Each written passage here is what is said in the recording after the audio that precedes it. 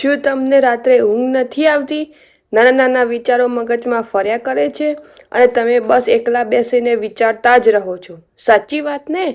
સામાન્ય વિચારવાનું કામ સમસ્યાનો ઉકેલ શોધવાનું હોય છે, પણ ઓવરથિંકિંગ ત્યારે થાય છે જ્યારે માણસ નકારાત્મક વિચારોના ચક્રમાં ફસાઈ જાય છે. જેમ કે લોકો શું વિચારશે, હું નિષ્ફળ ગયો તો, મારી સાથે જ આવું કેમ થાય છે?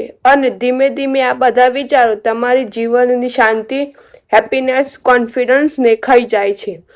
એક વ્યક્તિ રોજ રાતભર ભવિષ્યનું ટેન્શન લેતો હતો, પણ એક દિવસ તેને સમજાય કે પ્રોબ્લેમ લાઈફમાં ઓછી હતી પણ તેના મગજમાં વધુ હતી.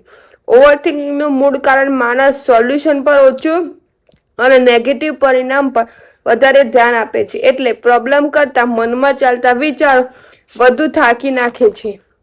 ઓવરથિંકિંગ બંધ કરવા માટે 4 સ્ટેપને ફોલો કરો. પહેલો, તમારી આસપાસનું વાતાવરણ બદલો.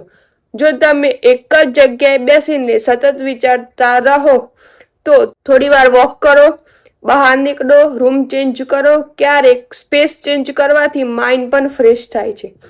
બીજું, મનનું વાતાવરણ બદલો. તમારું ધ્યાન બીજી વસ્તુઓમાં લગાવો, જેમ કે મ્યુઝિક સાંભળો, કોઈ કામ કરો, પોઝિટિવ એક્ટિવિટી કરો. આથી માઇન્ડ નેગેટિવ લૂપમાંથી બહાર આવે છે.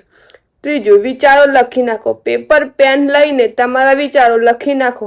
માઇન્ડ હળવું લાગે, વિચારો સ્લો થાય, સોલ્યુશન સરળતાથી સમજાય. ચોથું અને લાસ્ટ, વરી ટાઈમ બનાવો. દિવસમાં એક નક્કી સમય રાખો જેમાં તમે તમારા વરીઝ વિશે વિચારશો. બાકી આખો દિવસ માઇન્ડને ફ્રી રાખવાનો પ્રયત્ન કરો. અગર ઓવરથિંકિંગ ખૂબ વધારે થાય અને ડેલી લાઈફને અસર કરે તો થેરાપિસ્ટ અથવા કાઉન્સલરની મદદ લેવી સારી રહે છે.